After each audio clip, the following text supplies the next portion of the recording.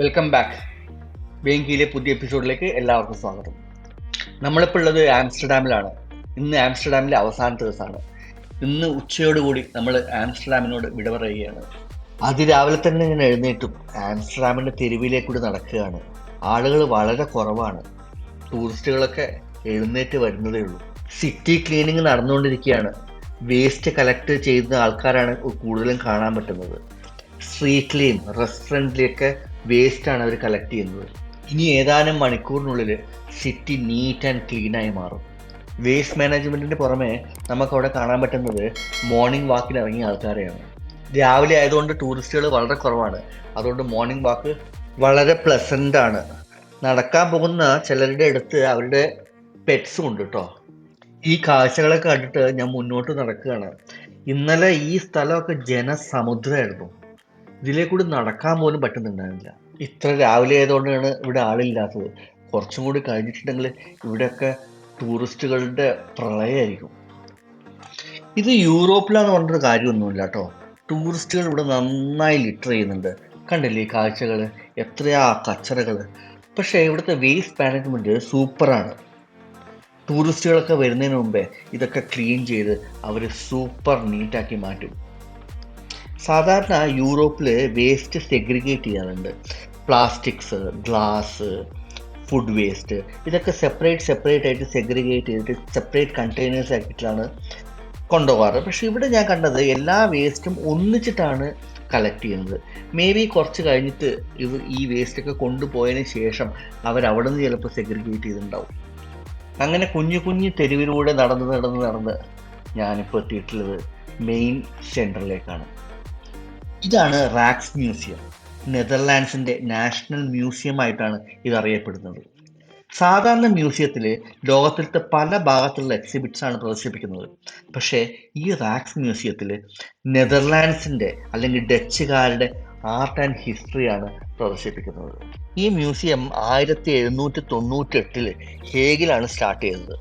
പിന്നീട് 1808 ഇത് ആംസ്റ്റർഡാമിലേക്ക് മൂവ് ചെയ്യപ്പെട്ടു. നെതർലാൻഡ്സിലെ മോസ്റ്റ് വിസിറ്റഡ് മ്യൂസിയമാണിത്. ഇത് കാണണമെന്ന് എനിക്ക് ഭയങ്കര ആഗ്രഹം ഉണ്ടായിരുന്നു. പക്ഷെ ഇത് കാണണമെങ്കിൽ മിനിമം ഒരു 4-5 മണിക്കൂറെങ്കിലും വേണം. അത്രയും സമയം എൻ്റെ അടുത്തില്ലല്ലോ. ഇപ്പം നിങ്ങൾ വിചാരിക്കും 4-5 മണിക്കൂർ എന്തിനാ അത്രയൊക്കെ?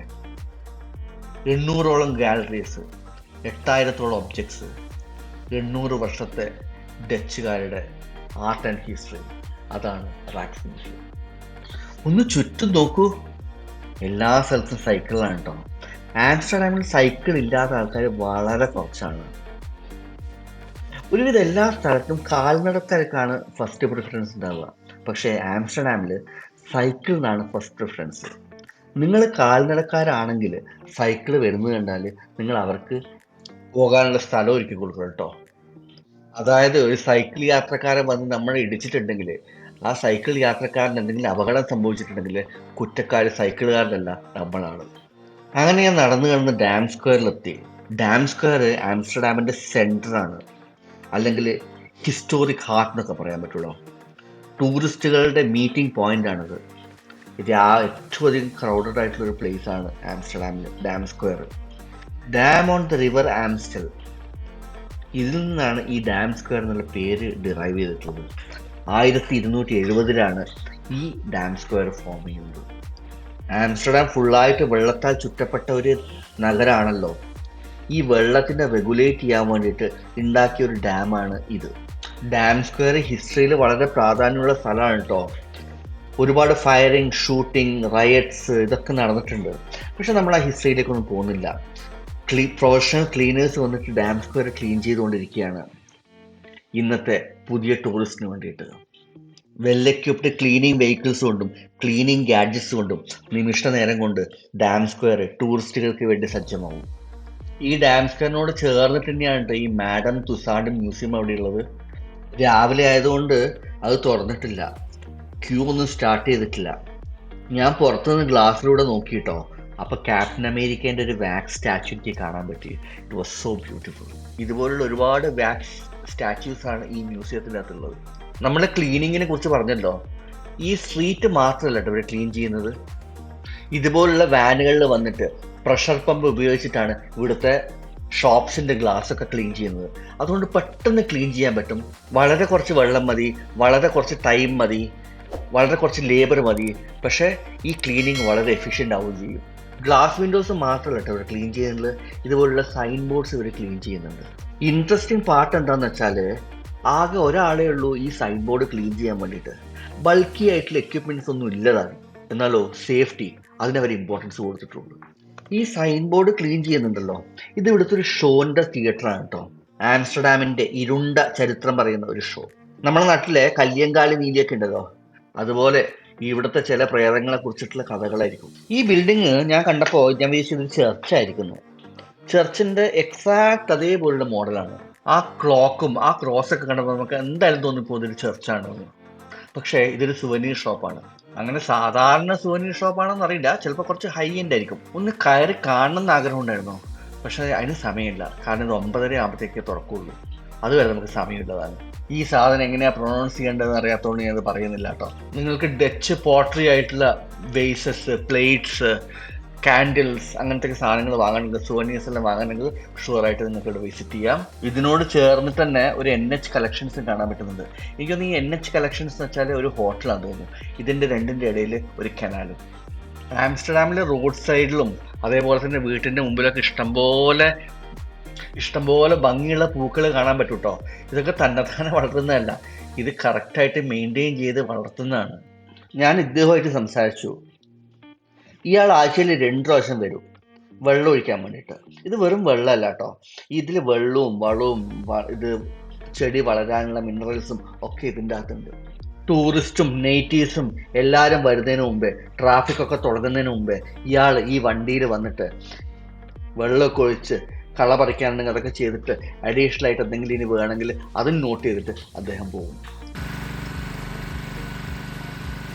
ഞാനെൻ്റെ നടത്തം തുടർന്നു. എനിക്ക് ഭയങ്കര ഇഷ്ടമാണ് എനിക്ക് രാവിലെ എണീച്ചിട്ട് ഇങ്ങനെ നടക്കാൻ വേണ്ടിയിട്ട്. ടൂറിസ്റ്റൊക്കെ വരുന്നതിന് മുമ്പേ ഉള്ള ആ മോർണിംഗ് വാക്ക്. എവിടെ ചെന്നാലും ഞാനിങ്ങനെ വാക്ക് ചെയ്യും. ഞാനിങ്ങനെ നടന്നുകൊണ്ടിരിക്കുമ്പോഴാണ് ഞാനിത് കണ്ടത്. 1974 സ്റ്റാർട്ട് ചെയ്ത one of the best cheese produce ചെയ്യുന്നൊരു കമ്പനിയാണിത്. കാണണമെന്ന് ആഗ്രഹമുണ്ടായിരുന്നു, സെയിം റീസൺ തുറന്നിട്ടില്ല. ഞാൻ ആംസ്റ്റർഡാമിൽ നടത്തം തുടരുകയാണ്. ആംസ്റ്റർഡാമിലെ ബ്യൂട്ടിഫുൾ സ്ട്രീറ്റിലൂടെയാണ് നടക്കുന്നത്. ഇത് കഴിഞ്ഞ് നേരെ എനിക്ക് ഹോട്ടലിലേക്ക് പോകണം, ബാഗൊക്കെ പാക്ക് ചെയ്യണം. അത് കഴിഞ്ഞിട്ട് ആംസ്റ്റർഡാമിനോട് വിട പറയണം. അതിനു മുമ്പ് എനിക്കൊരു സ്ഥലം കൂടി പോകാനുണ്ട്. ഐ ആം ആംസ്റ്റർഡാം എന്നൊരു സ്ഥലമുണ്ട്. എന്താ ഇതുപോലത്തെ ഒരു സാധനം. ഇത് എവിടെയാണെന്ന് കണ്ടുപിടിക്കണം. എന്നിട്ട് അവിടുന്ന് കുറച്ച് ഫോട്ടോസ് എടുക്കണം, കുറച്ച് വീഡിയോസ് എടുക്കണം. അത് കഴിഞ്ഞിട്ട് തിരിച്ചു പോകണം എന്നാണ് എൻ്റെ പ്ലാൻ. ഞാൻ ഗൂഗിളിൽ ചെക്ക് ചെയ്തിട്ടോ, പക്ഷേ ഗൂഗിൾ വളരെ കൺഫ്യൂസിങ് ആയിരുന്നു. എത്ര നോക്കിയിട്ടും കറക്റ്റ് മനസ്സിലാവുന്നേ ഇല്ല. പിന്നെ കുറേ ആൾക്കാരുടെ അടുത്ത് ചോദിച്ചിട്ടാകുമ്പോൾ ലാസ്റ്റ് പറഞ്ഞു ഇത് ആംസ്റ്റർഡാം സെൻട്രൽ, നമ്മൾ ആംസ്റ്റർഡാം സെൻട്രൽ സ്റ്റേഷൻ ഉണ്ടല്ലോ അതിൻ്റെ അടുത്താണ് ഈ സംഭവം ഉള്ളത്. അപ്പം ഞാൻ വിളിച്ചു നേരെ ആംസ്റ്റർഡാം സെൻട്രലിലേക്ക് പോവാം. അങ്ങനെ ഞാൻ ആംസ്റ്റർഡാം സെൻട്രലിലെത്തി. ഞാൻ ഈ നടന്നിട്ടാണ് ഈ എല്ലാ സ്ഥലങ്ങളിലും പോകുന്നത്. ഞാൻ ഈ ആംസ്റ്റർഡാം സെൻട്രലിൻ്റെ പിന്നിലേക്ക് പോയി. പിന്നിലേക്ക് പോകുമ്പോൾ ഇതേ മറ്റൊരു സ്ഥലമാണ് അവിടെ ഉള്ളത്. ഒരു മാസീവ് വാട്ടർ ബോഡി. ഇതൊരു കനാലാണോ ഇതൊരു റിവറാണോ എന്താണെന്ന് അറിയില്ല കേട്ടോ. ശ്രദ്ധിച്ച് നോക്കുമ്പോൾ ദൂരത്തുനിന്നൊരു ഷിപ്പ് വരുന്നുണ്ട്. ഇത് ഷിപ്പാണോ ബോട്ടാണോ? നമ്മുടെ നാട്ടിലൊക്കെ ജങ്കാർ എന്നൊരു സംഭവം ഉണ്ടല്ലോ, അതുപോലത്തെ ഒരു സാധനമാണ് വരുന്നത്. ഇത് അടുത്തെത്തുന്നവരെ ഞാൻ വെയിറ്റ് ചെയ്തു.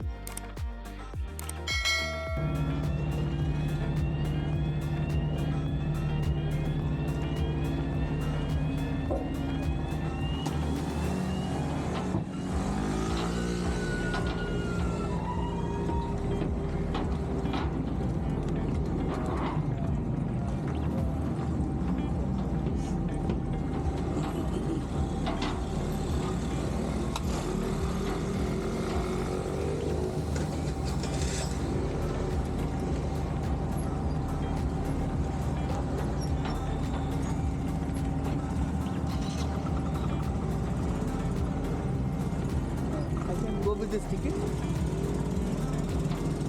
Free.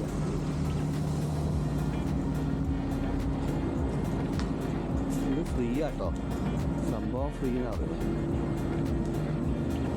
ഇതിൻ്റെ അകത്ത് കയറണമെന്ന് എനിക്ക് ഭയങ്കര ആഗ്രഹമായി. അപ്പോൾ ഇതിൻ്റെ അകത്ത് കയറാൻ പാടുമോ ഇല്ലയോ, അതാണ് എൻ്റെ രണ്ടാമത്തെ ക്വസ്റ്റ്യൻ. ഓൾറെഡി എൻ്റെ അടുത്ത് 24 മണിക്കൂറുള്ള ഒരു പാസ് ഉണ്ടല്ലോ, അതിപ്പോഴും വാലിഡ് ആണ്. 24 മണിക്കൂർ ആയിട്ടില്ല. അതുകൊണ്ട് ഈ ടിക്കറ്റ് വെച്ചിട്ട് എനിക്ക് ഇതിൻ്റെ അകത്ത് കയറാൻ പറ്റുമോ എന്ന് ഞാൻ ഒരാളോട് ചോദിച്ചു. അപ്പോൾ പറഞ്ഞു ഈ ടിക്കറ്റിനൊന്നും ആവശ്യമില്ല, ഇത് നിങ്ങൾക്ക് ഫ്രീ ആയിട്ട് പോവാം. ആംസ്റ്റർഡാം സെൻട്രലിൻ്റെ അപ്പുറത്തുള്ളൊരു കരയായിട്ടുള്ളൊരു ഷട്ടിൽ സർവീസാണിത്. വളരെ ഹൈ ഫ്രീക്വൻസി ആയിട്ടുള്ളൊരു സർവീസാണിത്. ഒരു ബോട്ട് അങ്ങോട്ട് പോകുമ്പോൾ വേറൊരു ബോട്ട് ഇങ്ങോട്ട് വരുന്നത് കാണാൻ പറ്റുന്നുണ്ട്. ലെസ് ഫ്രീക്വൻസി ആയിട്ടുള്ളൊരു സർവീസ് ആണെങ്കിൽ എനിക്ക് പോകാൻ പറ്റില്ലല്ലോ, കാരണം എനിക്കധികം സമയമില്ല ആംസ്റ്റർഡാമിൽ. ഈ ബോട്ടിൽ മെയിനായിട്ടുള്ള സൈക്കിളിസ്റ്റ്, മോട്ടോർ സൈക്കിളിലുള്ള ആൾക്കാർ, പിന്നെ നടന്നു പോകുന്ന കുറച്ച് ആൾക്കാർ മാത്രമേ കയറുന്നുള്ളൂ. അതേപോലെ തന്നെ ഈ ബസ്, ജീപ്പ്, കാറ് അങ്ങനത്തെ സാധനങ്ങളൊന്നും അക്കോമഡേറ്റ് ചെയ്യാൻ പറ്റുന്ന ഒരു ബോട്ടല്ല ഇത്. പിന്നെ അങ്ങനത്തെ സാധനങ്ങൾ ഞാൻ കണ്ടിട്ടുമില്ല. ഈ ബോട്ട് സർവീസ് ഉണ്ടല്ലോ, ഇത് ഫ്രീക്വൻ്റ് ആയിട്ട് ആൾക്കാർ യൂസ് ചെയ്യുന്നൊരു സർവീസാണെന്ന് എനിക്ക് തോന്നി. ജോലിക്ക് പോയി വരിക, സിറ്റിയിലേക്ക് പോയി വരിക, കോളേജ്, സ്കൂൾ, അങ്ങനെ ആംസ്റ്റർഡാം ടൗണിലേക്ക് വരേണ്ട ഒരു സർവീസാണിത്. പക്ഷെ എന്നെ സംബന്ധിച്ചിടത്തോളം ഇത് വളരെ ടൂറിസ്റ്റിക് ആണ്. ഏർലി മോർണിംഗ് ആണ്, സൂര്യൻ ഉദിച്ച് വരുന്നതേ ഉള്ളൂ, ഇളം കാറ്റ്, നല്ല തണുപ്പ്, ബ്യൂട്ടിഫുൾ വ്യൂ. രാവിലെ ആയതുകൊണ്ടാവാം ഇങ്ങോട്ടേക്ക് വരുന്ന ബോട്ട് ഉണ്ടായിരുന്നല്ലോ, ആ ബോട്ട് വളരെ ക്രൗഡഡ് ആയിരുന്നു. പക്ഷേ അങ്ങോട്ടേക്കുള്ള ബോട്ടിൽ ആൾക്കാർ വളരെ കുറവേ ഉണ്ടായിരുന്നുള്ളൂ. ആ ബോട്ട് റൈഡ് ഞാൻ നന്നായി ആസ്വദിച്ചു. Hope you also will enjoy it.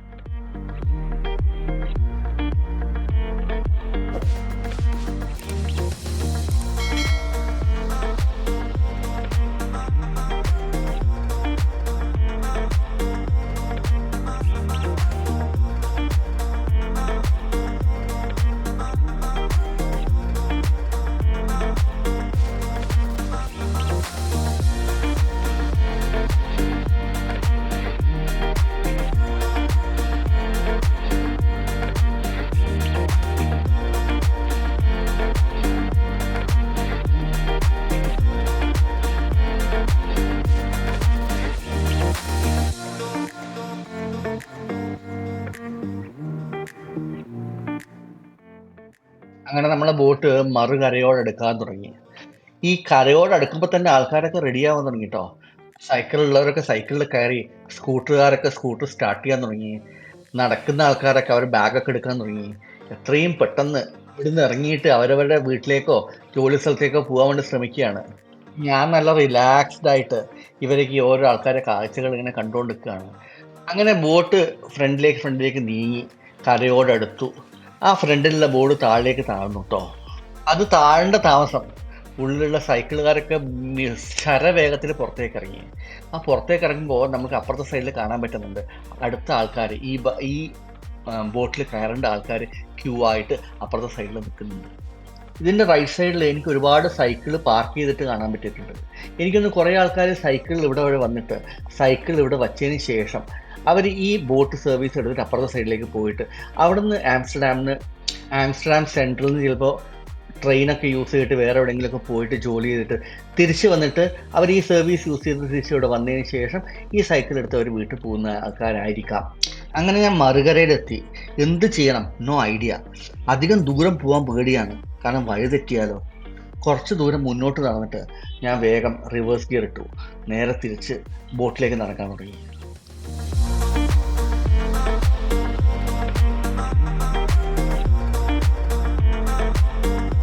Boat എനിക്ക് കാണാവുന്ന ദൂരത്താണുള്ളത്.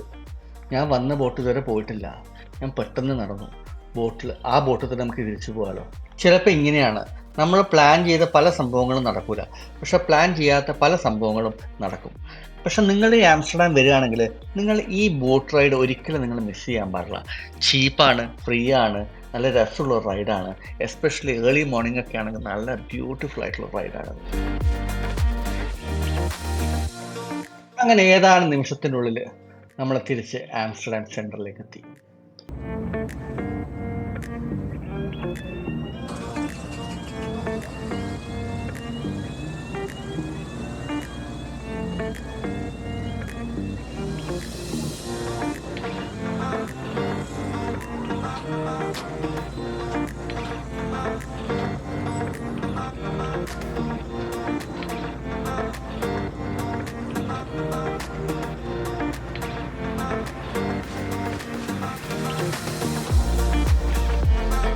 നമ്മൾ ഈ ആംസ്റ്റർഡാം സെൻറ്ററിലേക്ക് വന്നത് ഈ ആംസ്റ്റർഡാം കാണാൻ വേണ്ടിയിട്ടാണ്. പക്ഷേ എവിടെ തപ്പിയിട്ടും ആംസ്റ്റർഡാം എനിക്ക് കാണാൻ പറ്റിയിട്ടില്ല. ഞാൻ അവിടെയുള്ള ആൾക്കാരോടൊക്കെ ചോദിച്ചു കേട്ടോ ഇതിനെ കുറിച്ചിട്ട്. Hello. Hello. Amsterdam. Amsterdam. Hi. Amsterdam. Yeah, that's it. Yeah. What's this? This guy. One boat. Boat? Yeah, that's it. Yeah? എനിക്ക് ഇംഗ്ലീഷ് അറിയാത്തതാണോ, അല്ല എൻ്റെ ഇംഗ്ലീഷ് അയാൾക്ക് മനസ്സിലാവാത്തതാണോ, അല്ല അയാൾക്ക് ഇംഗ്ലീഷ് അറിയാത്തതാണോ എന്ന് എനിക്കറിയില്ല. എന്തോ എനിക്ക് ആംസ്റ്റർഡാം എവിടെയാണെന്ന് കണ്ടുപിടിക്കാൻ പറ്റിയില്ല. അതുകൊണ്ട് എനിക്ക് അതിൻ്റെ മുമ്പിൽ ഒരു ഫോട്ടോ എടുക്കാൻ പറ്റിയില്ല. വലിയ സങ്കടമുണ്ടോ എനിക്ക്. ഇതാണ് എൻ്റെ ആംസ്റ്റർഡാമിലെ ഏറ്റവും അവസാനത്തെ ഡെസ്റ്റിനേഷൻ, മെനക്കൻ പിസ്. ഈ മെനക്കൻ പിസ് എന്നുള്ള വാക്കുണ്ടല്ലോ, ഇത് നമ്മൾ ഇനിയും കേൾക്കും കേട്ടോ. അത് നമ്മുടെ ബെൽജിയം എപ്പിസോഡിലാണ് കൂടുതൽ കേൾക്കുക. ഈ ആംസ്റ്റർഡാമിലെ ഫ്രൈസിൻ്റെ ഷോപ്സ് ഉണ്ടല്ലോ, ഇതിൻ്റെ ഒരു ചെയിൻ നമ്മൾ എടുത്തു കഴിഞ്ഞാൽ ഏറ്റവും അധികം റേറ്റിംഗ് ഉള്ള ഒരു സ്റ്റോറാണ് ഈ മെനിക്കൻ പിസിൻ്റെ ഈ സ്റ്റോർ. നമ്മുടെ നേരത്തെ ഈ ബോട്ട് ടൂറൊക്കെ ഉണ്ടല്ലോ, അതൊക്കെ കഴിഞ്ഞിട്ട് ഞാൻ ഹോട്ടലിൽ പോയിട്ട് ബാഗൊക്കെ പാക്ക് ചെയ്തിട്ട് ബെൽജിയത്തിലേക്ക് പോകാനുള്ള തയ്യാറെടുപ്പോടുകൂടി ബാഗൊക്കെ കൂടി ഞാൻ ആംസ്റ്റർഡാം സെൻറ്ററിലേക്ക് പോകുന്ന വഴിക്കാണ് ഈ ഫ്രൈസിൻ്റെ ഷോപ്പുള്ളത്. ഇവിടുന്ന് ഫ്രൈസ് കഴിച്ചതിന് ശേഷം നേരെ ആംസ്റ്റർഡാം സെൻട്രൽ സ്റ്റേഷനിലേക്ക് പോകണം. ഇവിടുന്ന് നോക്കിയാൽ കാണുന്ന ദൂരാട്ടോ ആംസ്റ്റർഡാം സെൻട്രൽ സ്റ്റേഷൻ. ഈ ഫ്രൈസിൻ്റെ സെയിൽ തുടങ്ങുന്നത് 10 മണിക്കാണ്. പക്ഷേ ഞാൻ ഒരുപാട് നേരത്തെ എത്തി, കാരണം എനിക്കിനി വേറൊന്നും ചെയ്യാനില്ല. അതുകൊണ്ട് ഞാനിതിൻ്റെ മുമ്പിലിരുന്ന് നോക്കുകയാണ് എന്തൊക്കെയാണ് ഇവർ ചെയ്യുന്നത്, എങ്ങനെയാണ് ഈ ഫ്രൈസ് പ്രിപ്പയർ ചെയ്യുന്നത്. നമുക്കൊക്കെ കാണാൻ പറ്റും കേട്ടോ എങ്ങനെയാണ് ഈ ഫ്രൈസ് പ്രിപ്പയർ ചെയ്യുന്നത്. കാണുമ്പോൾ ഒരു കുഞ്ഞു ഷോപ്പാണ്, ഫ്രൈസാണ് അവർ സെല് ചെയ്യുന്നത്. എന്ന് വെച്ചത് വളരെ ചീപ്പൊന്നുമല്ല കേട്ടോ. ഒരു മീഡിയം ഫ്രൈസിന് ഇവർ ചാർജ് ചെയ്യുന്നത് 7.85 യൂറോസ് ആണ് കേട്ടോ. ഈ ഫ്രൈസ് കടേൻ്റെ മുമ്പിൽ കുറേ സ്പൈസസ് ഒക്കെ അവിടെ വെച്ചിട്ടുണ്ട് കേട്ടോ. നമ്മുടെ നാട്ടിലെ മഞ്ഞപ്പൊടി, മുളക് പൊടി, ഗരം മസാല ഒക്കെ പോലത്തെ കുറേ ഡബ്ബയിലത്തെ കുറേ സാധനങ്ങൾ. ഇത് എന്താണ് ഇതിൻ്റെ ടേസ്റ്റ് നമുക്കൊരു ഐഡിയ ഇല്ല കേട്ടോ. അതുകൊണ്ട് ഞാൻ അധികം ഇടാൻ നിന്നിട്ടില്ല. ഇതിന് ആഡ് ഓൺ പൈസയൊന്നുമില്ല, ഇത് ഫ്രീ ആണ്, എത്ര വേണമെങ്കിൽ ഇടാം. പക്ഷെ ഇത് ടേസ്റ്റ് എന്ന് നമുക്ക് അറിയില്ലല്ലോ.